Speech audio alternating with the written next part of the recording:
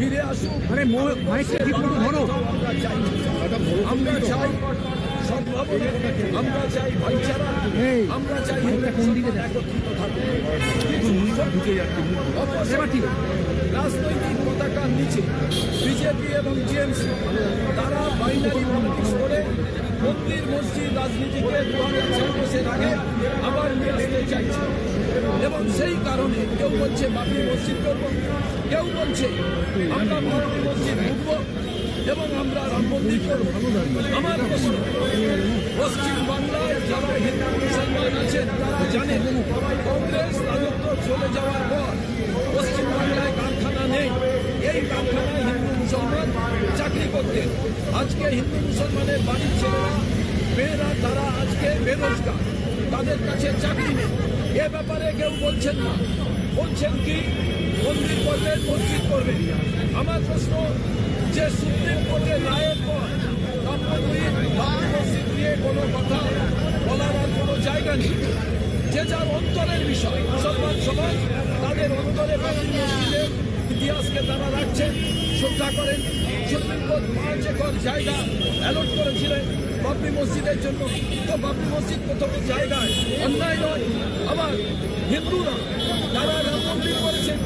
এই রাজ্যে রামের নামে, বাবরির নামে কেউ রাজনীতি করতে চাইলে সেই সমাজের মানুষকে এটা প্রতিহত করতে হবে। আমরা চাই পশ্চিম বাংলায় কোনো দাঙ্গা নয়, কোনো মানুষের রক্ত নয়, কোনো মানুষ যাতে এর শিকার না হয়। তাই প্রশাসনকেও আমরা বলেছি, মুখ্যমন্ত্রীকে খোলা চিঠি দিয়েছি। আজকে আমরা সদ্ভাবনা যাত্রা টিপু সুলতানের পাদদেশ থেকে, মসজিদের পাদদেশ থেকে রাম মন্দিরের পাদদেশ পর্যন্ত আমরা ভাইচারার কথা, ভ্রাতৃত্ববোধের কথা, সদ্ভাবনার কথাই আমরা বলবো। আমরা বলবো পশ্চিম বাংলার হিন্দু মুসলমান তারা অনেক সমস্যায় আছে। এখানকার মানুষ অন্য রাজ্যে গিয়ে কাজ করছে। আজকে হিন্দু মুসলমানের মধ্যে যে সদ্ভাব তৈরি আছে, যে সদ্ভাব আছে, তাকে কোনোভাবেই যাতে বিনষ্ট না হয়। আর ফিরে আসুক।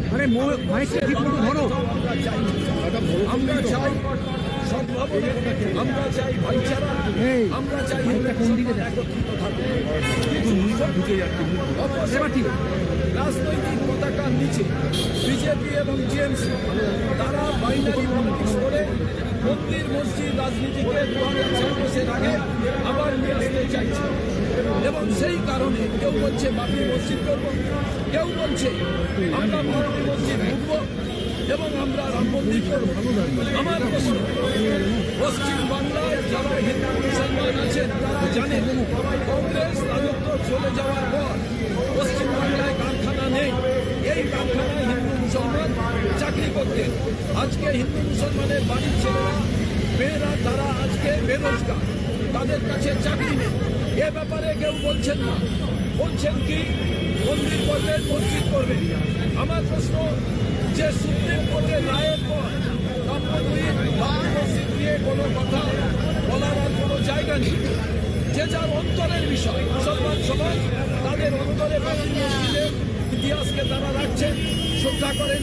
সুপ্রিম কোর্ট 5 একর জায়গা অ্যালট করেছিলেন বাবরি মসজিদের জন্য। তো বাবরি মসজিদ প্রথমে জায়গায় অন্যায় নয়।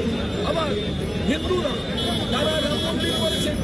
এই রাজ্যে রামের নামে, বাবরির নামে কেউ রাজনীতি করতে চাইলে সেই সমাজের মানুষকে এটা প্রতিহত করতে হবে।